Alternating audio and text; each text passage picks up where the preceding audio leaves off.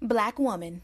Beautiful, powerful, resilient female of African descent with skin kissed by the sun. Conversation.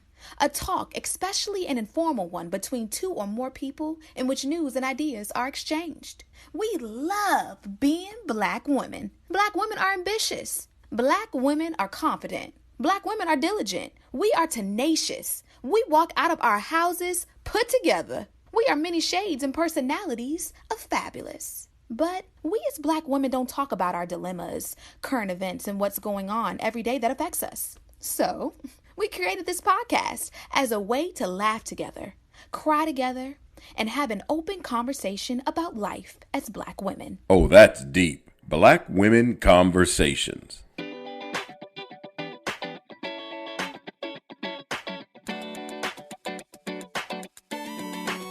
Hey, Nicole. Hey, Janine. How's your week been? So my week has been just so relaxing. You guys know I spent my birthday in Costa Rica, okay? We took a family trip for my birthday and my mom's birthday. My mom turned 60 years young on the 31st. So we had a blast. I mean, we, of course, saw a whole bunch of animals that we usually don't see just looking out of our balconies. We were ready to get back to the States because of that. But it was relaxing. I mean, being on the beach, being in warm weather, and now coming back to the cold. Of course, we didn't want to have to come back to the cold, but it's nice. You know, we turn all the fireplaces on, and it's just, the ambiance in the house is just so nice. So far, 2023 has been fantastic to us. And, I'm just taking it all in. 40 so far is good. And y'all know I'm celebrating my birthday all year. Okay. It's like all year long. So happy birthday to me. And like I said, when y'all see me say happy birthday, because it's still my birthday all year, I'm celebrating 40 because this 2023 is my year. Okay. So Janine, how has your week been? First of all, Nicole, claim it. All year 2023 is your year. I'm here for the year-long celebration. And somewhere mid-year, I'm going to celebrate with you because we will both officially be 40. Yeah, let's not hurry up 40 though, okay? Because I know I kept saying, oh, I'm about to be 40, I'm about to be 40. I wish I hadn't talked about it and it was just like, bam, I'm 40 now. Now everybody knows I'm 40. I'm going to be 40 for the next 5 years, y'all. just letting y'all know. Look, I'm with it. I feel like, what they say, 40 is the new 20. So we just 20. We just 20, y'all. Don't even worry. But Nicole, I'm excited. I'm excited for the new year because, 2022 was super busy and 2021 was busy and 2020 was like, we're not even going to go back to 2020, but 2019 was busy. And in 2023, I'm super excited because I don't want to be busy like this. I have to figure out, we always preach work-life balance, work-life balance, work-life balance. But do we actually work to get to the work-life balance?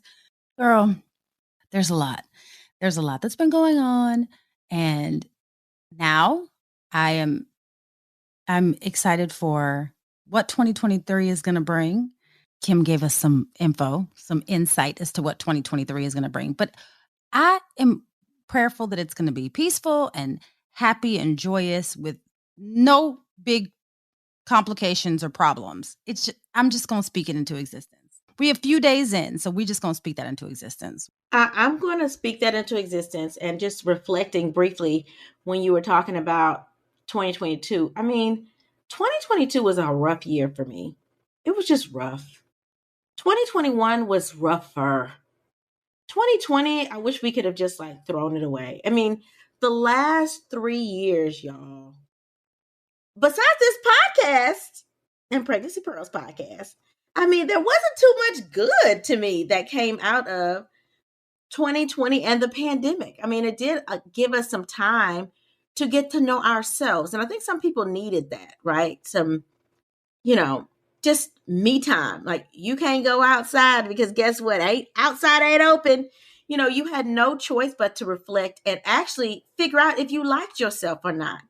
And figure out if you like the person you with or not. I mean, it gave you a lot of time to figure those things out. So, yeah, I just throw all those years away. But 2023, new start, new beginning. Ah, I'm loving it.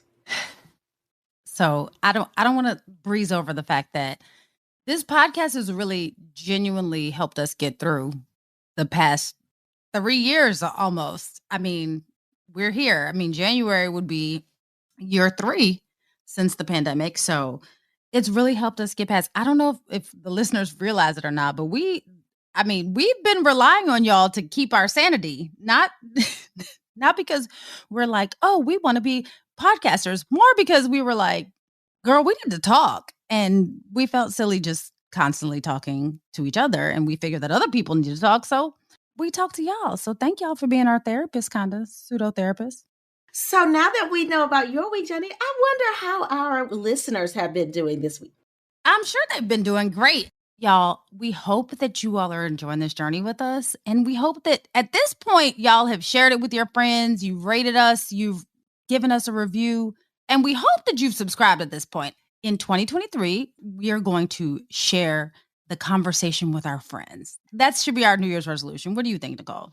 I like that as a New Year's resolution, but you know me, nowadays I'm just anti New Year's resolution. Maybe by the end of this show I'll have one, but right now I don't have one. But that's a good idea for the podcast resolution.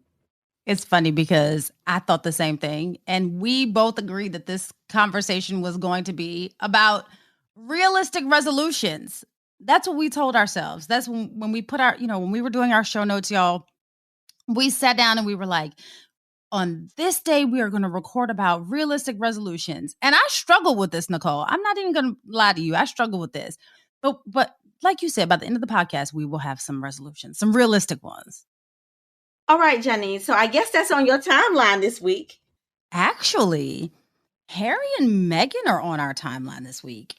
You remember we had them on our timeline a while back after they did that interview with Oprah, right? And then there was supposed to be a book that came out about what's going on and blah, blah, blah. So they're on our timeline again. As you know, there is a Netflix documentary called Harry and Meghan, rightfully named, that was released. It was released at the end of last year. And if you haven't watched it, you should watch it. You, Nicole, and for the listeners, but I say everyone should watch it.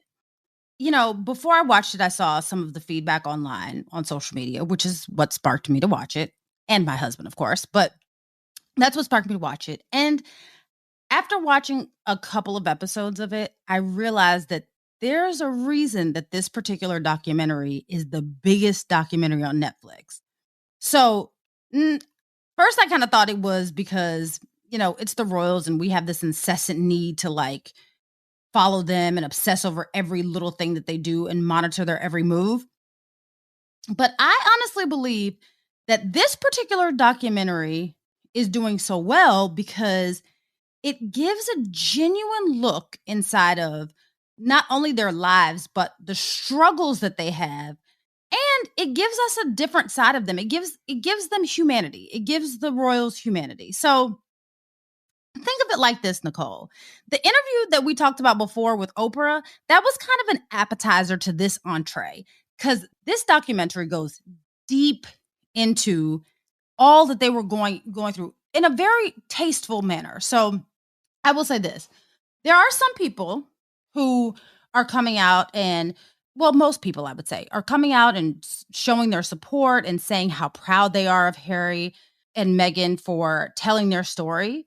And then, there are the typical like internet trolls that want to talk about how they're super privileged and, oh, woe is me. And they're crying when they left the palace, right?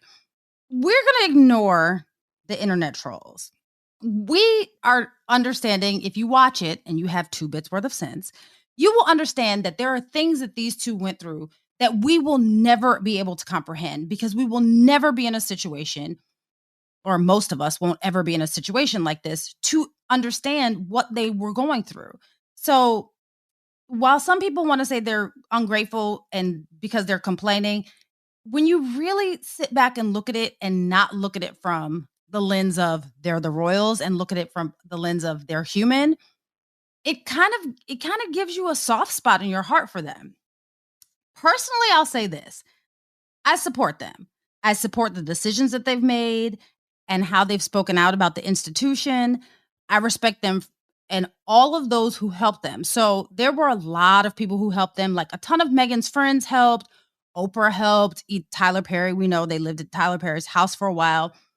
I respect that. But specifically, I respect Harry because he could have sat back and gone along with the institution and watched history repeat itself and basically would have watched the same thing happen to his wife that happened to his mother. Because it seems, and I'm not going to speak on the institution, but based on the things that I've seen, it seems that they were intent on driving her mad or making her want to leave or divorce or, not be a part of the family anymore, which he could have sat back and watched them do it, right?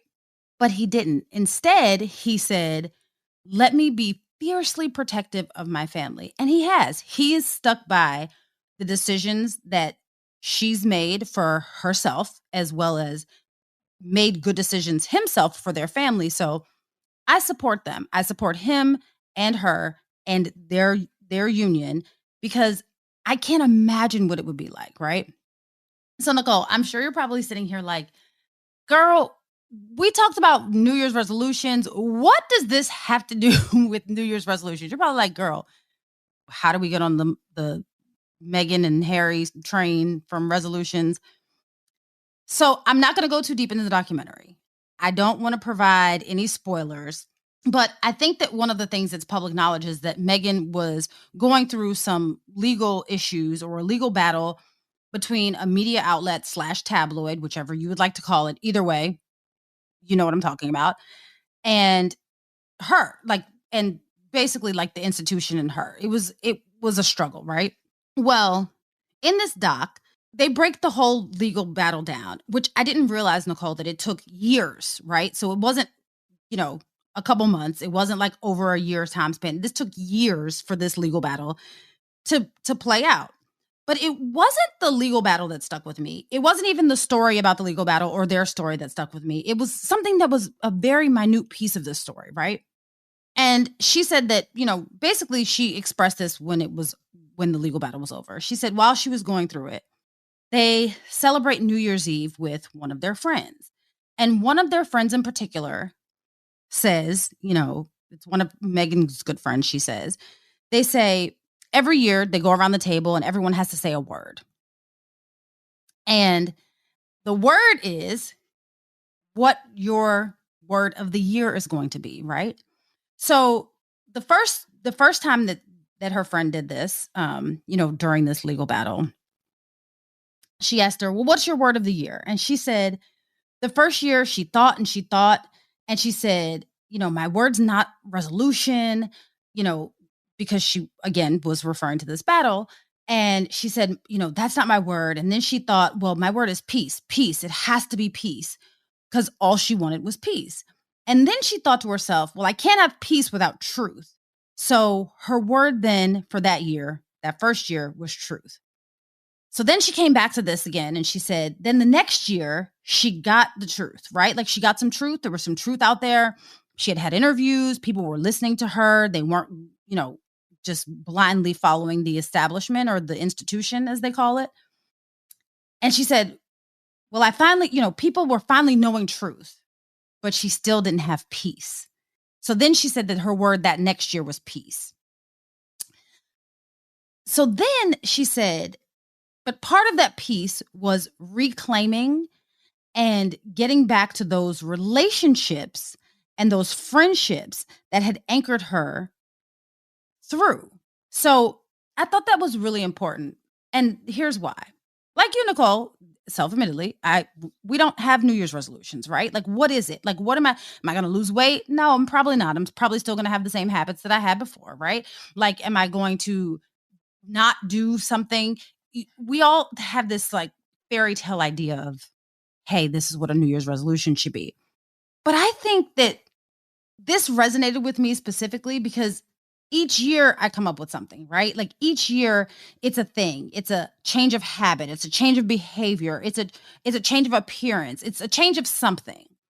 But I think that we are all at a point now, and as we reflected over the last 3 years, we're all at a point now where we're trying to get to something that is not tangible.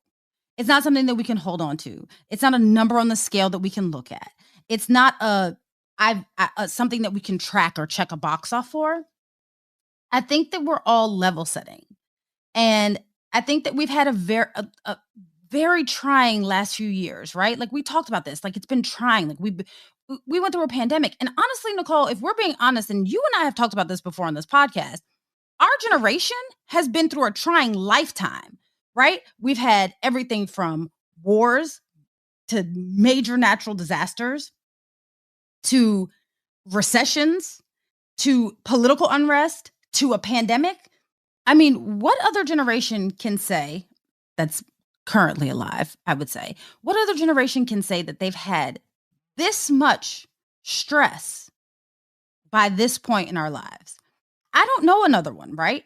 And I think that it's important for us to kind of, like I said, level set and get back to what's really important. So maybe it's not a specific resolution, right? Maybe it's that we are just recentering, rebalancing, again, level setting and getting back to the genuine connections and focusing on the joys of life and experiencing life as opposed to just allowing life to happen. So maybe not a resolution. Now, I've put some things down that I've drawn from this that could possibly be resolutions, but maybe not a resolution. Maybe it's just a little shift in our thoughts that will then hopefully shift our behavior. And maybe not to something that we need or want, not something tangible or a box that we can check off, but maybe just an internal feeling that we're looking for, a feeling of peace. What do you think, Nicole? Yeah, I think the intangibles, once you hit 40, like me, it's the little things, right? It's the intangibles. So the feeling of peace, definitely. Based off everything that you've said, I initially, let me go back and say, I was like, how the hell this girl gonna start talking about Harry and Meghan? I am not prepared for this. This is not what I was set up for. Okay, I did not pull letters based on this topic. And then you started talking about her word for the year and, you know, her feelings as she was going through her legal battles. And I was like, okay, I can understand how this has turned into not necessarily a New Year's resolution, but how we want our lives to change in the upcoming year and how we want to be a better version of ourselves. And I think that peace, the word peace, should be something everybody is aspiring to have. Okay, so definitely, I do agree with peace. There's a couple other words I would throw out there for me personally, but we ain't talking about me right now. We talk about the podcast and we talk about Meghan. So Throw the words out there. Throw them out there. So, what do you have a word for the year, Janine? So I've been toying, right? And I think that the word that I settled on was courageous. I like courageous. So why do we choose courageous? Okay, so this is actually really brief. So I mentioned probably a few weeks back now that I was at a leadership retreat that, you know, was hosted by my job. And one of the speakers that we had was a gentleman, Ryan Berman, and he wrote a book called Return on Courage.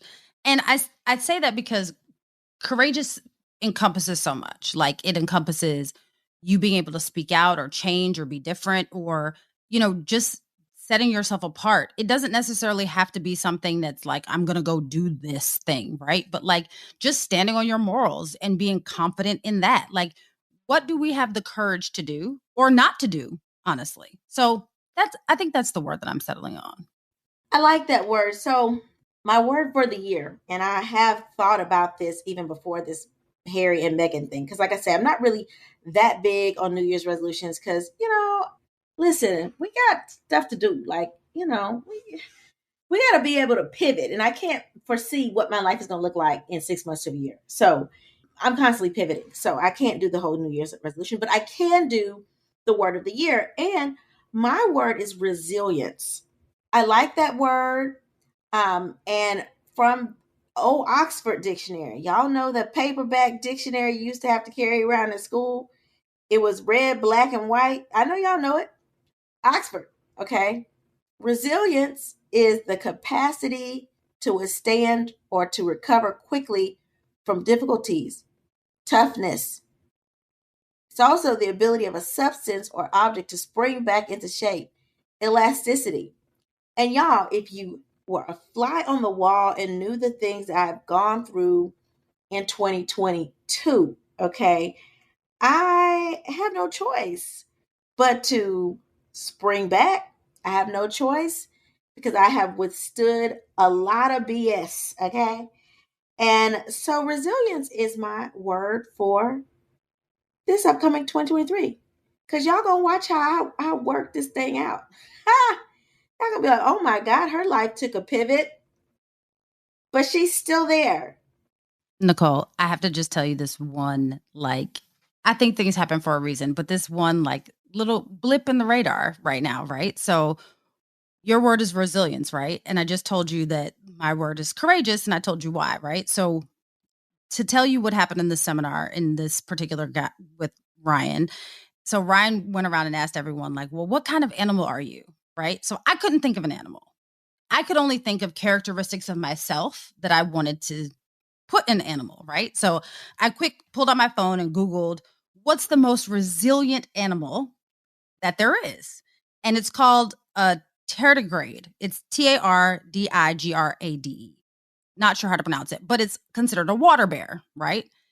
So inside of the cover of my book, and I literally just looked and it says, this particular animal, it can withstand, dehydration and no food and no water and no sunlight. Like it can withstand pretty much anything. And inside of the cover of my book, it says, he signed it and he says, keep being a water bear. So I appreciate the word resilience. I do. And I think that it's like perfectly dead on for you. I think that resilience is one of those things where it shows you your strength and also shows you like your tenacity, because you're right. I think not only 2022, but life has been difficult. So I'm with it. I love it. But have you looked at what this tardigrade looks like? Now, Nicole, we don't have to talk about what it looks like. It's about what it can survive and endure, okay?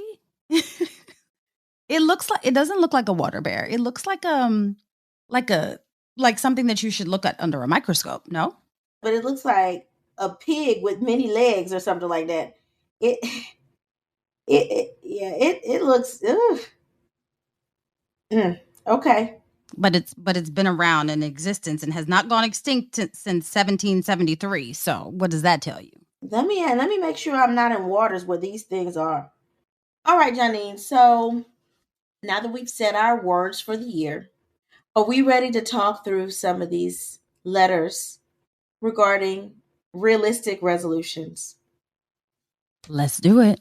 All right. So the first letter reads, Nicole and Janine, I feel like every year since having my 5-year-old child, I resolve to lose weight.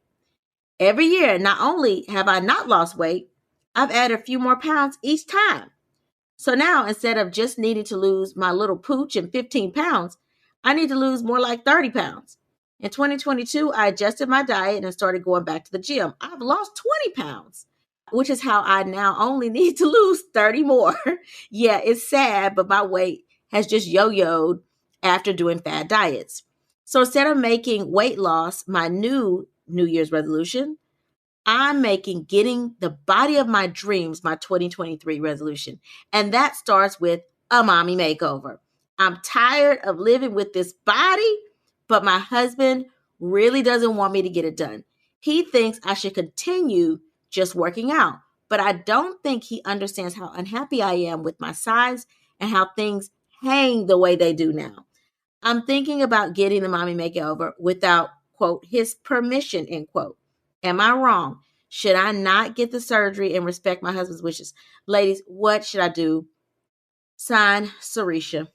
Okay, Sarisha. So I'm a little torn for this, right? Like have very strong feelings about our body and our autonomy with our body. But I also do know that a mommy makeover could have a significant financial impact on your family, right? So I will say this. If you sit down and have a conversation with your husband and he is not able to understand the reason behind why you choose to do what you do, then we have some bigger conversations to have, right? I understand that you want his permission, quote unquote, but as I said, I'm about body autonomy. Like if it's your body, you should be able to control what happens to your body.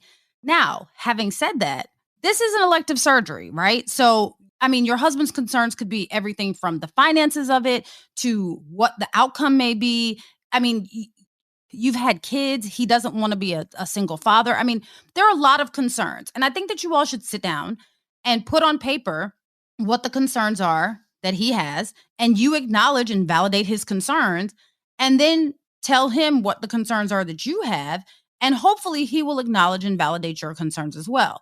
What you don't want to have happen is that you get this new body, your husband then resents you for getting the new body because you're now in some sort of financial strait, or you get the new body and he has to take care of you and he's not willing to take care of you. You don't want that to happen, right? Like, you don't want anything negative to happen around this experience. Now, do I think that you should be able to get the surgery? Absolutely. If that's what you want to do and that's what you think is going to make you feel better about yourself, then by all means. But I think that you need to get it in a supporting environment. One of the things when you go through surgery, I've been through plastic surgery before. I think I've been very clear about it on this podcast. If I haven't, I had a breast reduction.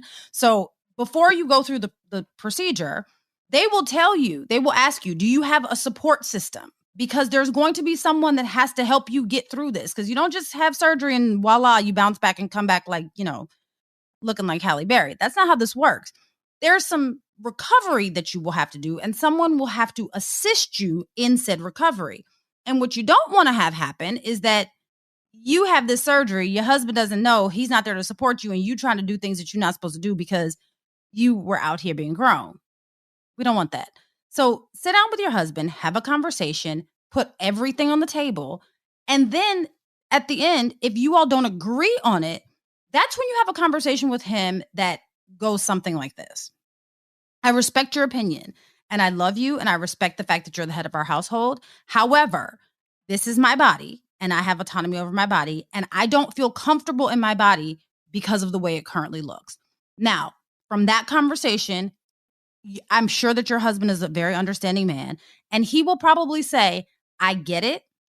While I don't agree with it, I think you need to do what's best for you. At least that's what my husband said. So when I have time and money, I will also be getting a makeover, even though he doesn't agree with it. What you think, Nicole? So what I think is your husband just saying, oh, I don't want you to get a mommy makeover, because he knows if he's like, oh yeah, get a mommy makeover, that you're going to be like, so what, you got a problem with my body? So some men just say that kind of thing when in all actuality, they are praying you get a mommy makeover, right? But if that's not the case, if he really sincerely is happy with your body, if you're happy with your sex life, if if you had a serious conversation with your husband and he's like, you know what, I don't have no complaints over here, I don't think that you should get a mommy makeover. My question is, are you getting it because you feel self-conscious? Like, what is your reason for getting the mommy makeover? Is it really, I'm not happy with my body and how it is? And if you are not happy with yourself and you feel like looking at your body in the mirror saddens you, and this is going to make you happy, then you need to have a come to Jesus with your husband and say, listen, I do not feel like myself. I feel less than. And this is one way for me to feel happy and to feel complete. Now, you will have to go through an evaluation. Like, they're going to ask you questions to make sure you don't have like body dysmorphic disorder, or that you have realistic expectations of what you want your body to look like. Because people get a plastic surgery and then you know what that happens? They want another plastic surgery. And then you know what happens after that? Okay, they get their breast reduction and a tummy tuck, which is what most mommy makeovers are. A combination of an abdominal surgery and a breast lift or reduction, okay, depending on how endowed you are up there. Okay. But then all of a sudden you're like, oh my God, my chin looks, too full. I want, the fat removed from under my chin. Okay. And then all of a sudden you're like, oh, but I have hip dips. Now I want my hip dips repaired. Oh, wait, I don't like how my thighs look. So you have to have realistic expectations of what you want your body to look like. And you also have to understand that your body, even with a mommy makeover, is not going to be perfect. Okay. It's not going to be perfect. So I would, one, before you get this done, make sure your husband is on board. Okay. Because you had a body of dreams and then you out there looking crazy because you ain't got no husband. Who does that, right? You were having good sex before and now you by yourself masturbating. Make that make sense, right? So you got to make sure that he's happy. And you're doing all this to look better with your clothes off.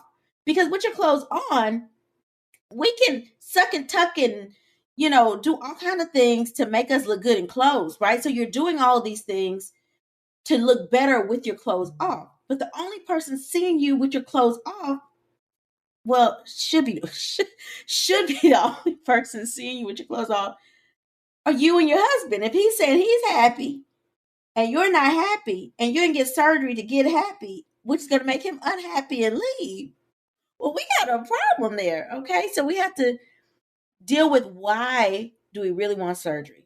Why do you really want surgery? Is your body really that bad that you need surgery when your husband does not want you to have surgery?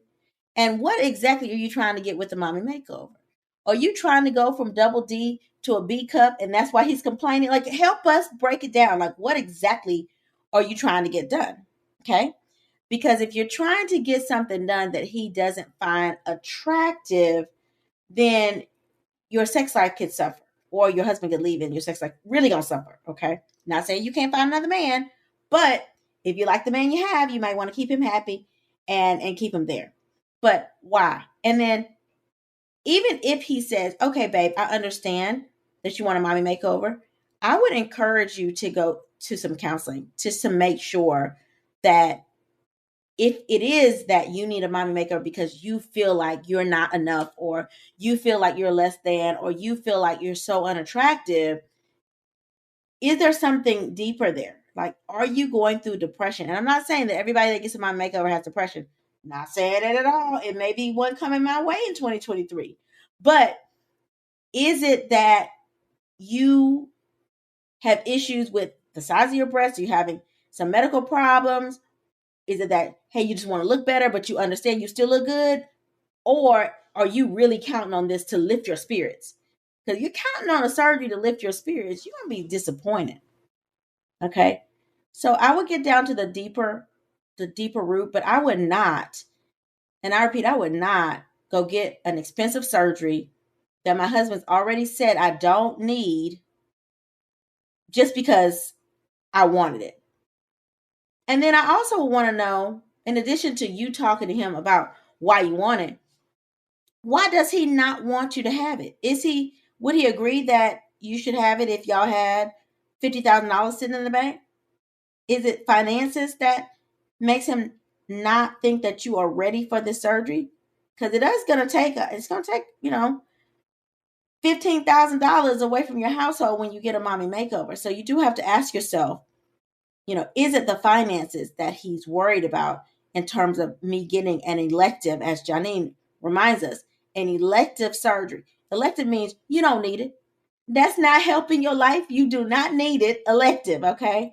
So if you're getting an elective surgery, is that going to really put a dent in your bank account? Is that going to be something where you could have put that money aside for your 5-year-old to go to college and let that money grow? Is that what your husband's thinking about? So have a conversation with your husband. By now, y'all married people, y'all should be able to talk to your spouse about just about anything. And you should know exactly why he doesn't want you to have the surgery. And you should be able to talk to him about exactly why you do. So, yeah, there's sometimes hard conversations we have to have. But as married people, we have to be willing to have the tough conversations. And whatever you guys decide, you touch and agree on, then go from there. We can't tell you how to proceed or if you really should get it done or, oh no, he's being irrational, if we don't know the whole situation. And right now, you haven't really given us the whys, the why you really want it or the why he doesn't want you to have it.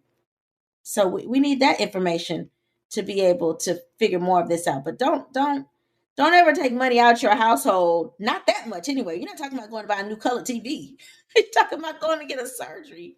Lord, get your husband on board, okay? And there are ways to ask these things of our husbands, okay? Don't just ask him when he's come home from a hard day's work. Ask him after you've given him a back rub and broke him off a little piece. Then ask him, okay? We got to know how to when to ask these men these questions. What does your letter read? My letter says, "Hey, friends. I don't know if you all take these kinds of questions, but I love y'all, so it gives me something to write in about. I feel like I'm stuck.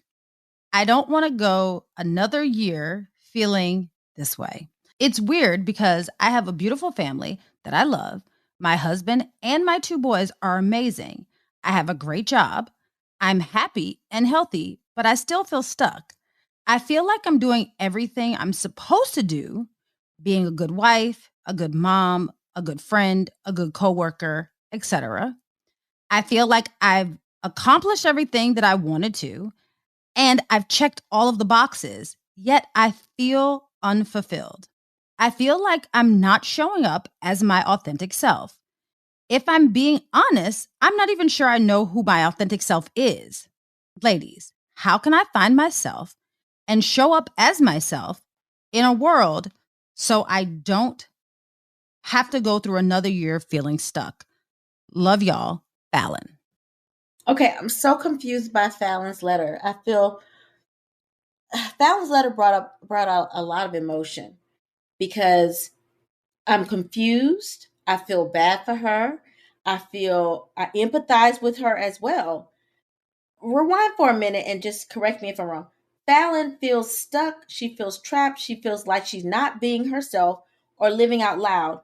But where? Is she talking about at her job, at her house, with her spouse? She feels like she's not showing up as her authentic self. And if she's being honest, she's not even sure she knows who her authentic self is. So it Okay. doesn't specify in any specific area. She just doesn't know who her authentic self is. Okay. So, Fallon, a word of advice I would give you, because I think that the pandemic has allowed a lot of people to live a life in silence, right? And social media will have you put stuff out and people really think that's your life. And it might have you thinking that's your real life too, right? Some of the pictures we post, the places we go, you'll see pictures with people's kids. Because I post pictures of Harrison all the time, right? Especially if you follow Pregnancy Pros. He's on there, okay?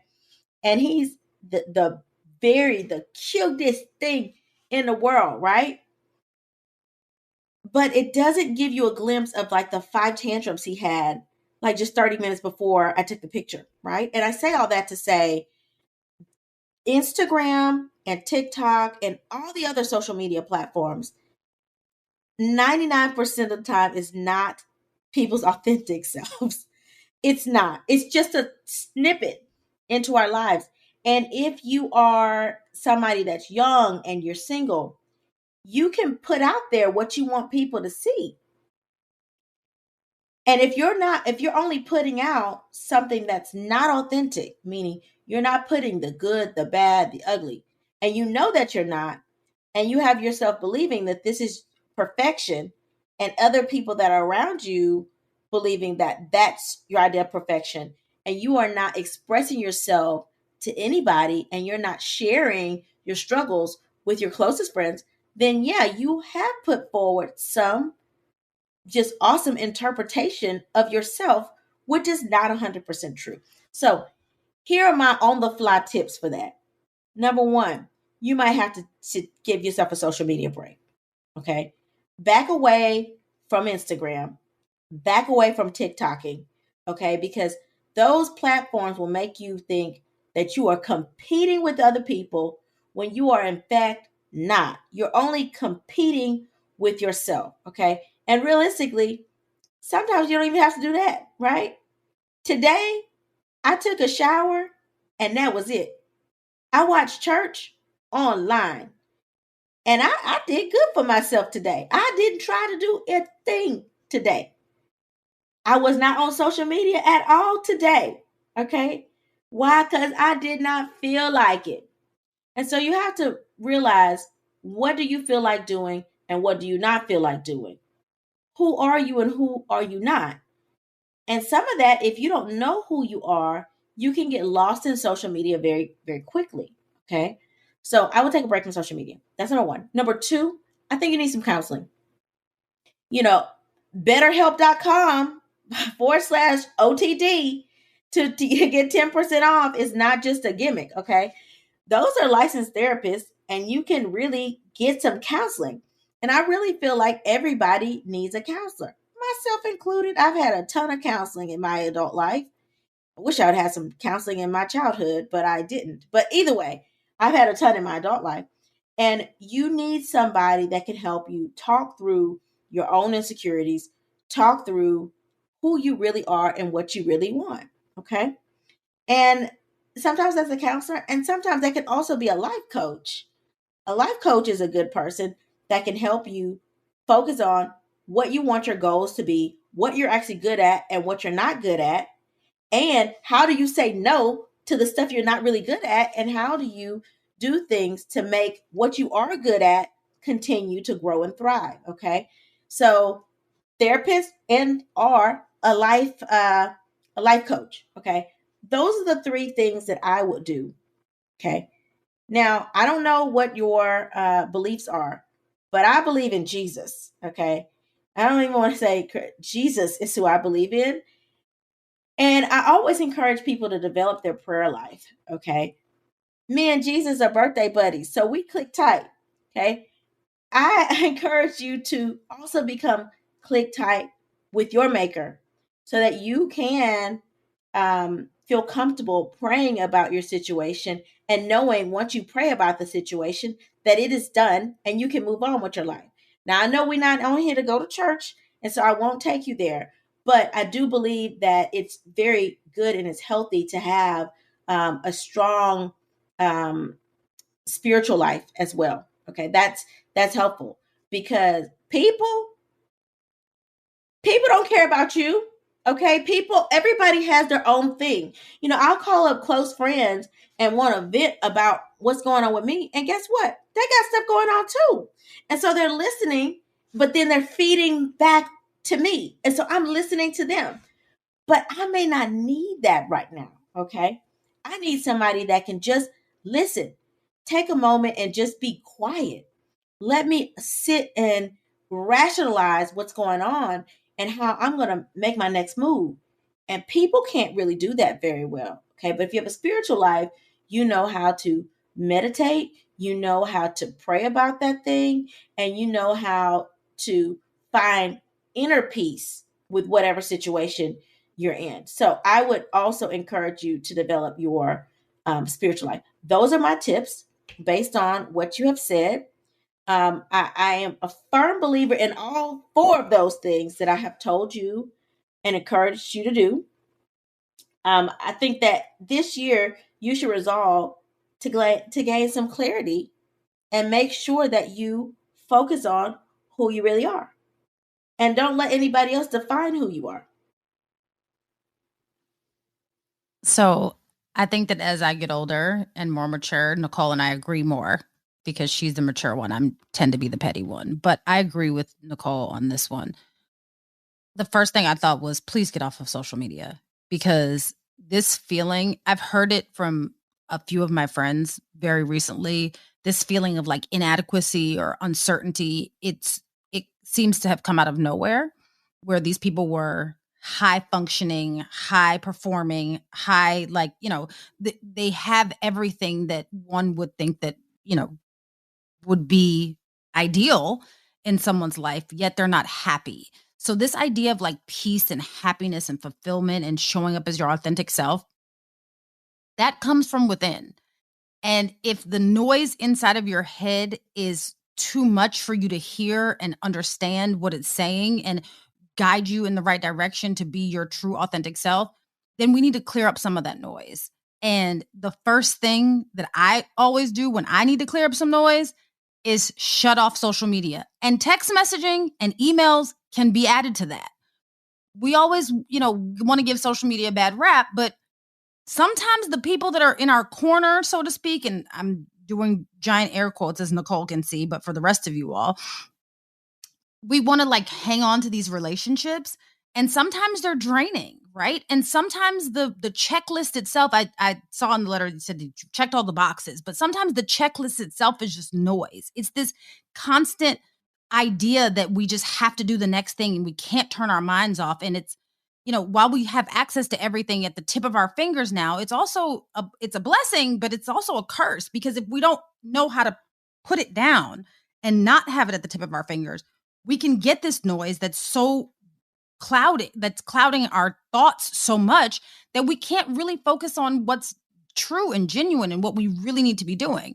I have some friends and family members who are alcoholics, and in Alcoholics Anonymous or Al-Anon that you go to for the family members, one of the things that it tells you is you are behind enemy lines inside of your mind. And that is so true, because inside of your mind, you are fighting something that you can't see. You're literally having this internal battle that you've created, and you have to stop it. And to Nicole's point, the way to stop it is have some faith. Like, Nicole and I believe in Jesus. Now, I'm trying to get click tight with Jesus too, but I'm not always there, right? Like, I still got some petty left in me, as I said, but you have to have faith, because that's what keeps you from the point of like, I don't know why I'm here, to the point of, oh, I get it. I've been through, I've overcome. And if we're not at the point of overcoming, we need to go back to the foundation. And the foundation tends to be like, what do you believe in? What are your guiding principles? Why do you wake up every day? You say that you love your husband and your family, but loving your husband and your family and not understanding your purpose is a difficult place to be in. Purpose is literally what drives you. And if you don't understand what that is, you're just kind of out here flailing around with nothing to do or no reason for doing it. So yes, start with your faith. And then I'm with Nicole. Get some help. And I'm not saying it in a negative way. I'm not saying there's anything wrong with you, but so often we hear this idea of, support your strong friends. Like, make sure that you check on your strong friends. But it's not just the strong friends. It's sometimes the friends who are just regular friends that are just lost inside of their mind or don't understand where they should be or how they're going to get there. Check on everyone. But the reason why we say that is because a flip of one instance, when you're kind of flailing in the atmosphere like this, can be detrimental and devastating. We don't want that to happen. So please, don't allow the stigma of having a therapist to overcome you. Go get a therapist. Have someone to talk to. Pretend like it's your best friend. That's what I do. Hey, look, girl, this is how this is. This is how I'm feeling. And I'm very honest, because guess what? You are paying that person to be an honest friend and give you some sort of feedback to help guide you to where you need to be, right? They're not going to tell you the answers, because, as I stated at the beginning of this, the answers and what you're looking for has to come from inside of you. Though a therapist will help you get to that point by asking you pointed questions and guiding you in the right direction so that you can find what it is that you're looking for, that you will then realize has been inside of you the whole time. So yeah, first get off of social media. Then reconnect with your faith. If you don't have faith, find some, right? If you don't believe in anything, I say do some research. We research everything else, but we don't research our faith, right? Do some research. Find a faith that fits what your guiding morals and principles are, your guiding belief system are. Like I said, me and Nicole believe in Jesus, and you're welcome to come join us, but find what works for you. And then move forward with the therapist. If you need some reminders, if we go back to when we had Dr. Macklin on, you can have Jesus and a therapist at the same time. All right, Jenny. So what did you learn new this week? So I'm going to go along with this idea of maybe not a resolution, but maybe some just minor tweaks to give us a better head start this year, right? So I found this article in Good Housekeeping, and it's 65 rewarding New Year's resolutions. But I don't want to call them resolutions because they're really just things that we should do and focus on so that we're back to this point of centering that I keep referring to. So the first one, and we talked about this last year, but we didn't quite get to this point, is mindfulness. We really have to work on being mindful. And I'm not going to go through 65. So I might post all 65, but I'm not going to go through them right now. But I'm going to go through key ones. So mindfulness. The second one is reading more books. And I think that I picked this one specifically because I think that we often miss things like reading because the internet is so close to us. Like getting back to our foundation, committing to a healthier sleep routine. Now, Nicole, I struggle with this a lot. I do. I go to bed at 2:30 in the morning. I wake up at 6 o'clock in the morning and think that it's normal because I can function, but it's not. So better sleep routine.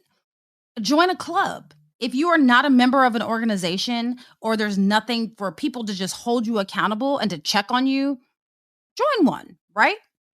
And this is something else that I struggle with is prioritizing health screenings. Yes, I struggle with that. And even though one of my closest friends is a doctor and she stays on me, I do not prioritize my health screenings. But I think that we should do that because guess what? Health is wealth, y'all. We can't do nothing if we're falling apart. I'm preaching to myself first. So, and then a couple of other things are exercising your brain, making time for cuddling. Like I'm a big one. Like we're not about to do it. We're not cuddling. Making time for cuddling, exploring new hobbies, heading outside without your cell phone. So go outside, explore some places and things, and don't have your cell phone attached to your hand and snap pictures of all of it. And one of the things that I thought was really cool is taking trips without a known destination. And the last and most important thing is consider getting therapy. Now, I selected all of these because these are the ones that hold to this idea of like truth and peace and resolve and like getting back to our center. So those are the ones that I selected, but there are 65 of them. So I will post them, like I said, but I think we should focus on those because they're super important. What did you learn this week, Nicole? So I learned a couple of things new this week about resolutions. One, that the first New Year's resolutions were made about 4,000 years ago by the Babylonians, and they did it to keep in good standing with the gods. I also learned that 22% of New Year's resolutions fail within 1 week. 1 week. 50% fail in 3 months. Hence the reason I don't make them. So I'm in the 30% of people that don't bother making New Year's resolutions because they know they'll fail. So I'm not saying I can't stick to a goal, but it's just I have too much going on to say, oh, I'm not going to drink any sodas all year. Yeah, no, I'm going to drink the soda. Okay. Let's be realistic about this thing. I mean, that's real. Honestly, Nicole, I think it's our chance to level set, and we always just kind of fall into this, oh, we have to make a resolution, but we don't mean it. We don't have an idea in our hearts that we want to do it, because if we did, they wouldn't fail. All right, Janine, are you ready for the motivational moment? Let's do it. Okay, and now this is from an unknown author who wrote, every year you make a resolution to change yourself. This year, make a resolution to be yourself. Reflect on how awesome you really are, how funny you are, how kind you are, and don't be afraid to be that person. You are more than enough, just the way you are. Until we meet again. Pray, work, slay. And show off your melanated excellence. Bye. Oh, That's Deep, Black Women Conversations is produced by Nicole Lee Plenty and Janine Brunson Johnson. Executive producer, Ken Johnson. Get the Oh, That's Deep Black Women Conversation podcast on Apple Podcasts, Spotify, Stitcher, Google Podcasts, or where you get your podcasts. Please subscribe and rate us. You can follow Oh That's Deep Black Women Conversations on IG at Oh That's Deep BWC. Oh That's Deep Black Women Conversations is a Mean Old Lion Media production.